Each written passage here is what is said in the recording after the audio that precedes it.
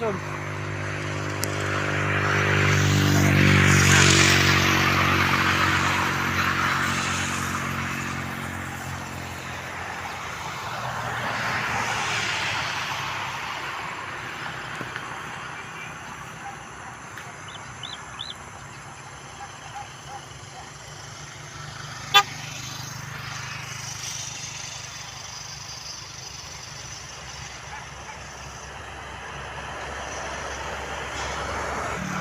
Ikuha lang din ako sa akong vlog sa intro. Ano ba naman isong nga?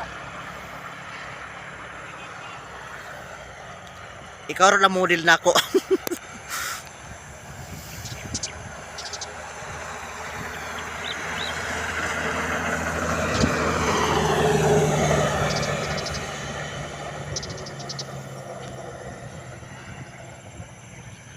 Grabe ka nindot dito sa view.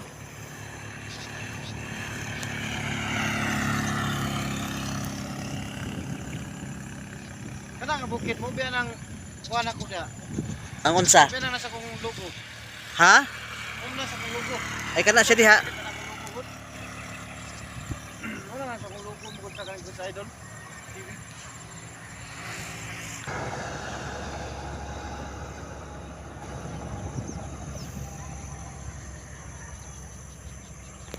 Grabe ka nindot sa view.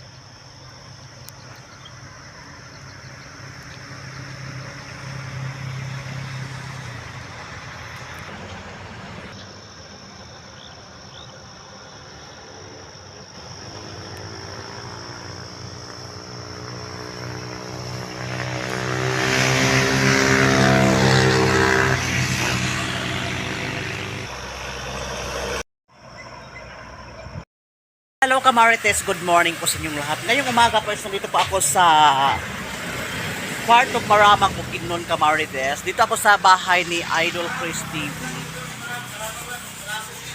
Dito ako ngayon kasi ano ba yan? Para may music, hindi naman ako marunong mag-edit na aking vlog. Hello Kamarites, good morning po sa inyong lahat. Hi. With my Hello. Ano si Madam Arthur ay kalbo. ngayon po is mag-ikot-ikot muna tayo dito sa kanyang butuhan or bulaluan, Kamarites. Tapos ito yung kanyang wife ni Chris Idol TV. Bising base sa sa pag-trust. Then ito yung pwesto ni Chris Idol TV pang Kamarites. Oh, ang laki na mga kawali, oh. Tapos ito pa, oh. Meron po siyang customer na gwapo. Tapos Kinding ang bayo. ito yung dishwasher ko. Ito yung tinurn over ko sa kanya muna yung yung trono ko dito sa kusina. Tinurn over ko muna yung yung trono ko sa paghugas. Tapos ito yung kapalit sa akin ngayong araw.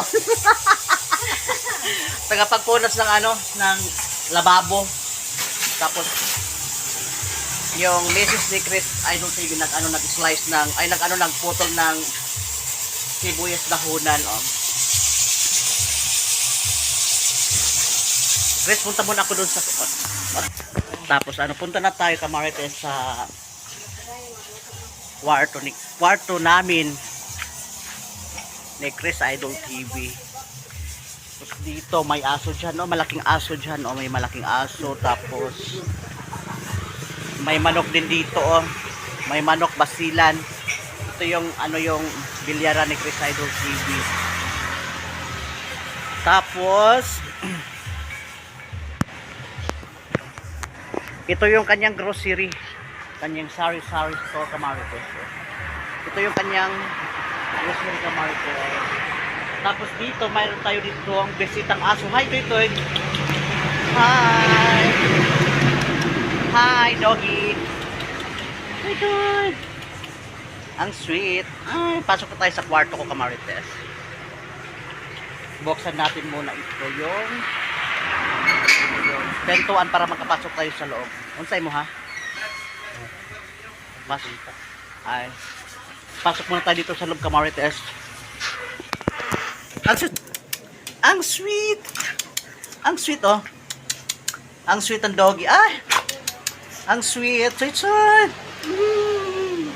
Ay, ang ang sweet.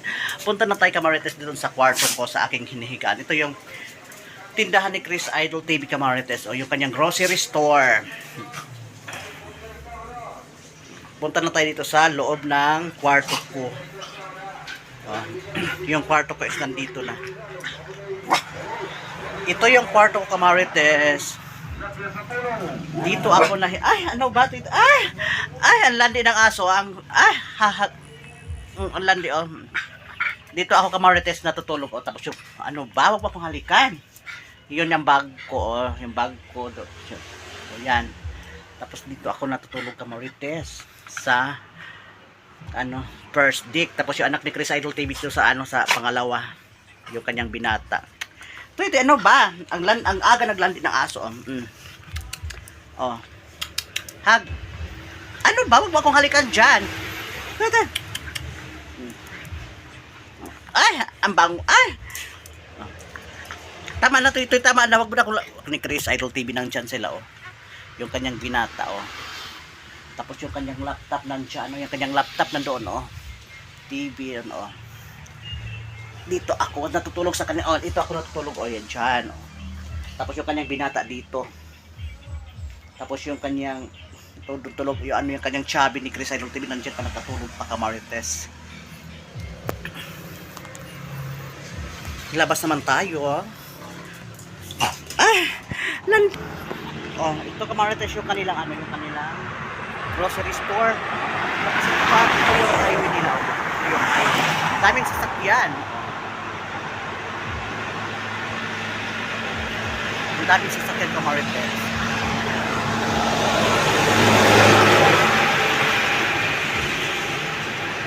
Tapos ngayon, dito na tayo mag-ano muna. Maghawar-hara muna tayo dito, Kamarites. Ito yung kanilang ano, ito yung kanilang entrance, oh. Ito yung kanilang entrance. Tapos ito yung highway. So yung highway nila, Kamarites. Ang ganda.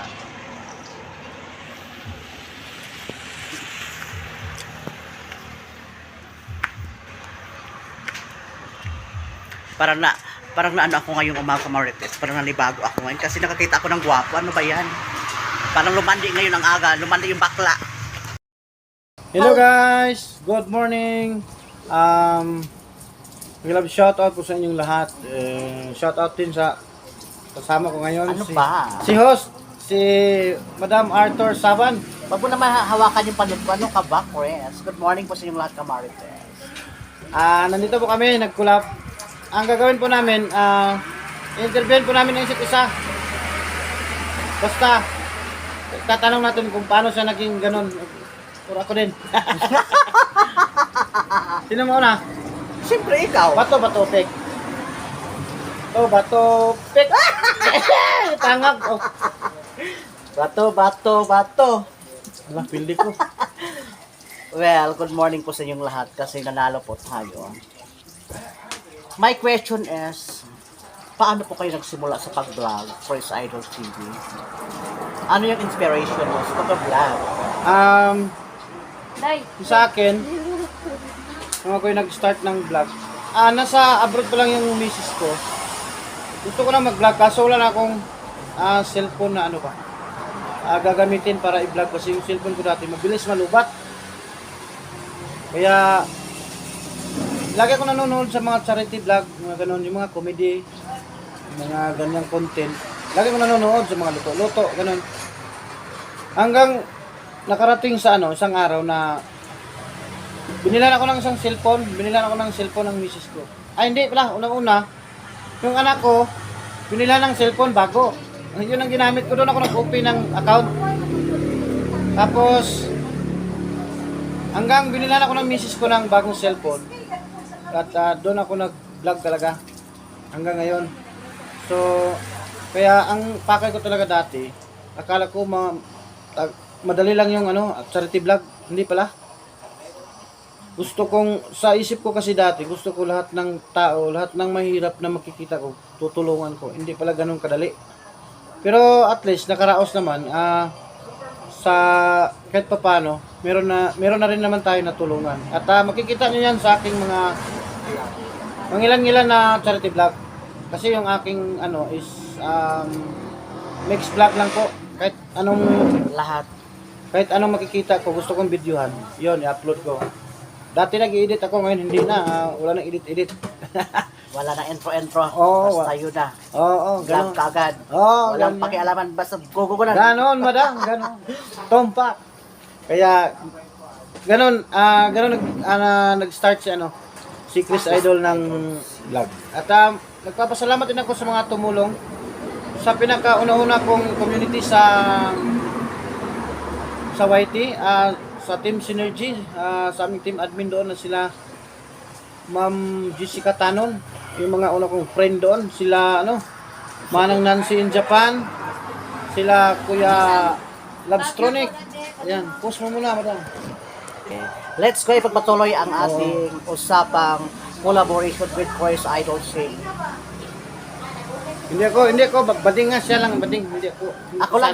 Ako lang yung dalagang dito, dalagang ulay. Siya lalaking lalaki siya. Lalaki. Macho, paay. Ganun nga. Nag-start ako nung September 28, 2022. Nag-start ako ng vlog. Sa awa ng Diyos, nakapagsahod naman kahit papano. Paminsan-minsan. At nakapagbigay din tayo ng tulong sa mga kababayan natin mga mahirap, sa mga kabataan minsan ganun. Hindi naman ganun ka lakihan, hindi naman ganun ka tawag dito daming natulungan natin. At daming event na nagawa natin sa ating charity, pero at least nakapagbigay tayo ng saya sa mga kapwa nating mahihirap. At nagpapasalamat din ako sa aking mga sponsors, kahit sa mga kunting halaga na yung ibinibigay ko sa ating charity, or malaki o maliit, yan po ay pinagpapasalamat ko po sa inyo. At hindi po para sa akin yon lahat, para po sa ating mga tinutulungan po yan, mga ka-idol. So ito po si Chris Idol TV. Lahat ko na po ang aking karanasan at paano nagsimula yung aking channel. At ngayon, thank you din sa mga nag-subscribe po sa atin. At sa mga hindi nag-skip ng ads si Chris Idol, maraming salamat. Saka sa mga solid supporters ko, sa mga tumutulong sa akin, kay Ate Jing 28, kasi gusto ko nang tumigil sa YT kasi busy ako sa maliit naming negosyo. Kaso sabi niya, huwag kang tumigil kasi marami pang nangangailangan na yung mga tinutulungan mo. At siguro, sa lugar ninyo, ikaw lang talaga makakatulong dyan. Oo. Kasi Chris Idol TV, nag-isang YouTuber dito sa part of Maramang Bukidnon, Camarines. Si Chris Idol TV is, subaybay ako sa kanyang charity, kahit hindi ako masyado nakaano, pero nakita ko lahat yung kanyang mga tinutulungan. Thank you so much pala sa nag-sponsor kay Chris Idol TV. Sana na mas lalo kayong tutulong dito sa part of Maramang Bukidnon, Camarines, especially sa mga tumutulong kay Chris Idol TV. Sana na mayroon pang darating na sponsor dito sa Maramang Bukidnon. Malaking tulong po yun sa kanyang channel. Yun lang po yung aking masasabi. God bless po sa mga sponsor ni Chris Idol TV, especially sa mga TFC subscriber. On sa to alang ka. So yun nga, thank you sa aking mga sponsor mula sa Team Unity, sa Team Admin ay Boss Technician. Salamat sa buong Team Unity. Din ngayon is ipagpatuloy ang aming kwento about sa pagkabalag mga Camarines. Yun, so pagpapasalamat din ako sa lahat ng mga team na nasalihan ko. sa mga tumulong sa aking channel noon kasi wala din tayong alam kung paano mag-YT, paano mag-set up, paano mag-apply, lahat. Paano mag-fill up, ganun. So nagpapasalamat din ako sa mga tumulong, sa akin. Team admin din ng Team Barako Bao, si Madam Sky 88, Bisna Vlog, taga Davao din yun. Then, kay Boost Technician, yan, isa din yun sa maraming na itulong sa akin. At sa Idols Team, yan, maraming salamat. Dan sa aming team admin, natulungan din ako sa pag ng aking channel dati. Admin ni Kyle, Team Official, Madam Summer, thank you. Sa lahat ng taga-suporta ko ngayon. At salamat din kay Madam Arthur sa pagpunta dito sa aming lugar, dito sa aming bahay, sa aming tindahan. At salamat sa pagbisita niya. At yan naman, tinanggap namin siya ng lalaki pero biglang naging babae. Joke lang yan. Then, So, paano yan? ikaw na bahala ka nang sabihin mo sa ikaw na bahala ka nang interview mo sa akin kasi hindi ko kasi alam yung half maisip kung ano yung interview mo sa akin. Yan, so ngayon guys, ako na naman mag-interview sa kanya. Start tayo sa paano nagsimula or paano naging buhay sa probinsya doon sa Katiil ni Arthur Saban. Well, sa buhay namin sa Katiil Davao yan, masaya na malungkot pero maraming inspiration sa buhay. Maraming inspiration sa buhay, especially sa nung pumasok yung bagyong Pablo sa amin, lahat na guys nawala lahat sa amin. Then, sa awan ng Diyos is nakaraos kami ng lahat ng pagsubok. Sarang ka. So ayan guys, medyo na ano tayo, meron tayong customer. So pagpatuloy natin ang pagkikwentuhan kay Madam Arthur Saban, kung paano ang buhay sa probinsya ng Katiil, Davao Oriental. Sa Madam, well, isip-isip ko pag sabi, yung father ko from Pangasinan, then my mother from Iloilo. Then, nakapunta kami ng Cotabato, then medyo mahirap yung buhay sa Cotabato, Camarines. Then hanggang sumabay kami sa mga 10 pamilya patungo ng Katiil. Then, sa awa ng Diyos is, pagdating namin ng Katiil is yung bahay namin is barong-barong, kumbaga is bahay ng baboy. Pero, sa awa ng Diyos is every year is mayroon talaga improvement kasi yung tatay ko is marami nang nagpasakan ng palayan. Then, talaga yung umaangat talaga yung buhay namin. Pero sa awa ng Diyos, 1973 hanggang 2011, maganda talaga yung buhay namin. Maganda talaga yung buhay namin. Pagpasok ng 2012, pumasok yung bagyong Pablo sa amin. Lahat wasak yung bahay, lahat nawala yung kapital, lahat nawala talaga lahat. Pero then lahat ng pagsubok mayroon talaga sa amin. Hanggang nagka-stroke yung aking ina, Camarines, na-stroke yung mother ko hanggang palaga, stress ako, na-stress dahil sa situation ng buhay. Tapos kasi lasinggera yung bakla, then alam niyo pag bakla lasinggera, then yung nanay ko sabi niya sa akin, palagi kang ganyan, paano na ako gumaling pag hindi, paano ako makalakad ko, palagi kang ganyan lasing. Then hanggang isipan ko na, oo nga. Then sa awan ng Diyos, dasal ako ng dasal doon. 2 months from now is nakalakad yung nanay ko din. Masaya ako kasi sa ko ng pagdasal ko. Nakalakad talaga yung nanay ko, President. Hanggang pagpasok 13, 14, 15, 16, 17, 18, hanggang yun, pagpasok ng 2018. yeah, tuloy tayo. Pagpasok ng pandemic 2018 is si Arthur Saban is nagkabaon-baon ako ng utang. Marami akong utang, Camarines. Ito yun. Walang labis, walang kulang. Nabaon ako ng utang, Camarines. Then, ngayon, nagkabaon-baon ako ng utang. Then, nagmukmuk ako, Camarines, ng 20, 19, 20, at 21. Nagmukmuk ako sa bahay. Kumbaga stress ako noon nang dahil sa situation ng buhay ko. Kasi nga wala nga akong income. Maraming pumupunta sa bahay ko ng utang ko. Doon lang palagi ako sa mabahay. Pero pagpasok ng 2022, hindi pa rin ako okay kahit nagba-vlog na ako, hindi pa rin ako okay. Nagtatago pa rin ako sa bahay ng dahil sa hindi ko kaya humarap ng tao sa inuutangan ko doon.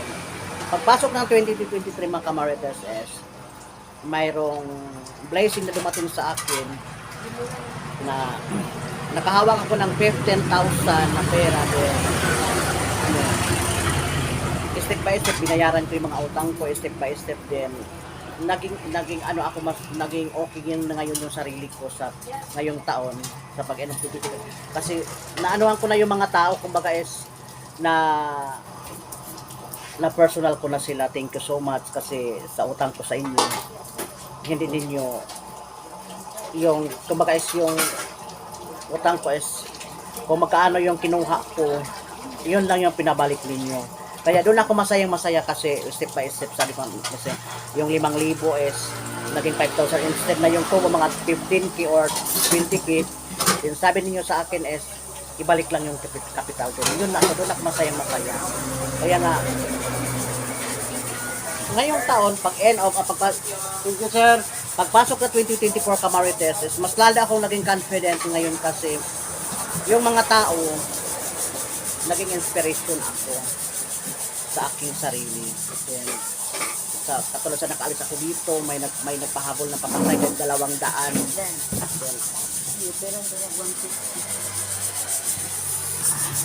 Then, sa mga ano, katulad talaga no, pagpasok ng 2024, masaya ako kahit napakasimpleng alis ko. Nakapunta ko dito sa part of Maramag Bukidnon Camarines sa Total Rest. Sabi ko sa sarili ko, asikasuhin ko yung channel ko. Sabi ko sa sarili ko.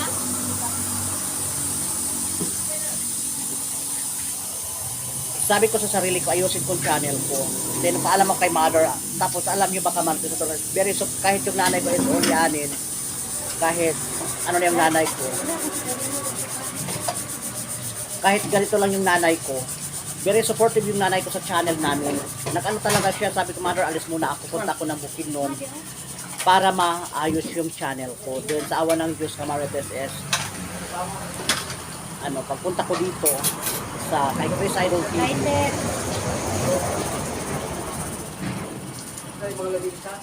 Wala. Pautang ko din mo ah. Wala gusto ko niyo. Sa pagpunta ko dito kay Chris Idol TV sa pag-ayos ko ng channel ko. Pero hindi ako nang hinayang. Kasi nakaapak talaga ako sa bahay ni Chris Idol TV. Kasi sa tulong niya at sa kay Ate Chin at kay ano kay sa Rice Space, wala akong masabi. Grabe. Lahat ginawa nilang tatlo. Pero wala akong magawa kasi hindi ko kasi hawak yung mga requirements. Kaya nga sa totoo talaga is hindi ako nang hinayang. Kasi sabi ko, malay ko ba bukas pag uwi ko or ano, may mga dahilan.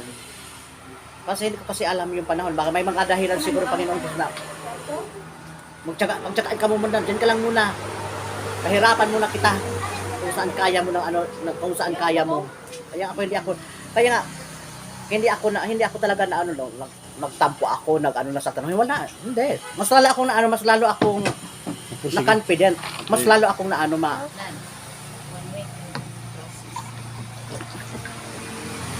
mas lalo akong naano sa aking sarili. Mas lalo ngayon kasi kausap ko na talaga yung tutulong sa aking channel. Mas lalo ako naging confident mga kamarites. Nang dahil sa ano isa ko sa friend dito sa ano kay Chris Idol TV. Napakabait, wala akong masabi. Napakabait talaga ni Chris Idol TV. Salbahit. Napakabait. So Then, anong feeling mo pagdating mo dito? Paano ba? Kinabahan ka ba? hindi. Paano ka tanggapin, paano ka tratuhin dito sa amin, or ano masasabi mo sana? Wala. Confident, pagpasok ako sa bahay mo, alam mo na, di ba, alam mo na. Di ba, nung gabing yun, alam mo, di ba? Sabi mo. Di ba, sa totoo talaga mga kamarites, is yung dala talaga, sa totoo talaga kamarites, pagdating ko dito sa Nanakoy foil ti ha. Maramag, yung dala ko talagang pera is 1,017 dala kong pera, pero pagdating ko sa Maramag, kasi yung driver ng bao-bao sa akin, sabi niya 250. My God, tinignan ko pera ko is 170 na lang kamarites. 170 lang talaga yung pera ko kasi sabi ko sa sarili ko, makadating lang ako dito sa kay Chris Idol TV, okay na ako, wala na akong problema. Kasi sabi ko sa pag-uwi ko, may magpahabol sa akin pamasahe ko. Pero sa pagdating ko talaga dito, nahiya talaga ako kasi nanghiram ako ng 100 sa kanya. Totoo, hindi ako mahiya. Nanghiram ako ng 100, pero bayaran ko sana ngayon kasi ayaw nang bawasan yung pamasahe ko kasi pinadalan kasi ako ng kapatid ko ng 600. Kasi sa total kamarites sa pagdating ko dito, wala talaga ako masabi yung feel at home ako, parang bahay ko kasi nagmaritisan pa kami ni Chris Idol TV hanggang 11 PM Pinas time. Then sabi niya sa akin, nang pumasok na kami dito at nag-live pala muna ako, sabi sa akin mag-live ka lang dyan muna. Then, siyempre naman yung bakla, inubos-lubos ko yung time para mayroon ako dito kumbaga content sa bahay niya, mayroon akong makita ko yung buhay ko dito sa nandito ako sa bahay nila, di ba? Yung parang ang saya kaya yung kahit hindi nga sikat na vlogger, kahit hindi nga sikat, pero yung pagtrato sa'yo totoong kaibigan, hindi plastic. Kaya nga ako sa aking pagbablog, masaya talaga ako kasi kahit hindi nga kami sikat, pero yung pagtanggap sa'yo ng isang tao, buo, open ka sa bahay nila, natulog ko sa sa double dig na first floor ako, second floor yung kanyang binata. Din doon tapos isa hindi ko talaga makalimutan sa mga bahay na pinuntahan ko. Pag maayos yung tulog mo, ibig sabihin maganda ang trato sa iyo ng tao. Pag hindi ka maayos makatulog, ibig sabihin hindi maganda yung pagdala ng tao sa iyo. Ako 2 gabi ko na dito bagsak ka ako agad. Yung hilik ko grabe, parang baka. Totoo Grabe yun. ang hilik. Parang lalarga talaga yung yung double dick na inigan niya. Totoo yung talagang kamarites. Kaya nga ako, confident talaga ako paulit-ulit ako pumunta dito. Kasi mabait, wala. Ano yung kinakain ng nila? Hindi na kinakain ko. Diyan ang isa yun ang hindi ko talaga makalimutan sa pagbabalaba kasi. Yung pagkain nila, pagkain ko din, hindi iba. Pag magsabi sabay sa pagkain kasi 'di ba yung iba na tayo, mamaya na yan, manghuli na yan, 'di ba? Yung iba mayroon kanyan, 'di ba? Kaya ako masaya talaga ako sa pagpunta ko dito. Masaya ako, wala akong masabi. Perfect yung aking pagpunta kahit nga hindi naayos. Pero perfect pa rin kasi yung pagtanggap, yung lahat wala akong masabi. Sa kanyang anak na yung mahabang buhok, wala akong masabi. Sa kanyang binata, wala akong masabi. Lalo na yung kanyang asawa, wala akong masabi. Ang bait talaga. Kaya nga, wala akong masabi talaga. Sorry sa'yo. Lahat ng lahat ng kalandian, Diyos mio, marimar puguso. Grabe, wala, talaga siya, yung, totoo talaga siyang tao, kahit mayroon yung sabi sa akin na plastic, hindi ako plastic. Tao Ako. Tao si Arthur Saban. Kaya ayun guys, nakapulot na naman tayo ng tawag dito, Aral or ng aral. Dahil hindi pala maganda sa isang tao na mababaon sa utang. Bakit? Ito tingnan nyo Kaya huwag kayong mabaon sa utang. Pag nangutang kayo, sa pagdating ng Sabado o Linggo, bayaran nyo. Kung meron kayong pambayad. Pero kung wala kayong pambayad, punta kayo sa utangan nyo at kausapin at tumingi kayo ng doon. Kausapin nyo ng mabuti, mong maayos na sa ngayong araw na ito o sa linggong ito, hindi ako makakabayad. Kasi nga, medyo na gipit. So, ayun. Kaya para hindi kayo mapanot. Hindi, joke lang yun. Para lang yun, pang good vibes lang namin. So si Arthur, kahit bakla siya hindi mo makikita sa kanya yung may bastos na galaw, yung mga over confident na minsan yung mga bakla na halimbawa kung mabait ang tao sa kanya, minsan pinagsamantala niya yung kabaitan na tawag dyan, magcha-chancing, mga gano'n, yung mga bata, mga gano'n. kanya hindi. Napaka-professional, napaka bait at tawag dito, mapagkatiwalaan. Ganun lang. Pero talagang iniiwan siya sa lahat, kahit buhok. So guys, thank you so much sa inyong panonood dyan guys. Salamat at dito sa aming collab ni Arthur Saban. Sana nag-enjoy kayo at nakapulot din kayo ng kunting aral at sana napasaya po namin kayo kahit kunti lang. Then, please subscribe at Chris Idol TV. At paki-subscribe na rin po sa aking channel. Arthur Saban. Then, sana na lalaki pa yung bahay naming dalawa. Kahit hindi na yung itlog namin.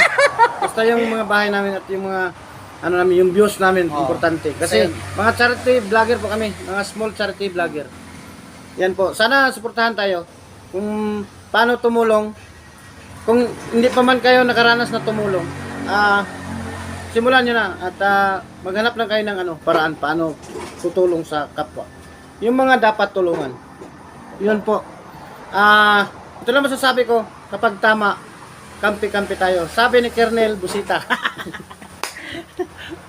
Bye-bye Bye, guys. Pamarites. Bye. Love you all.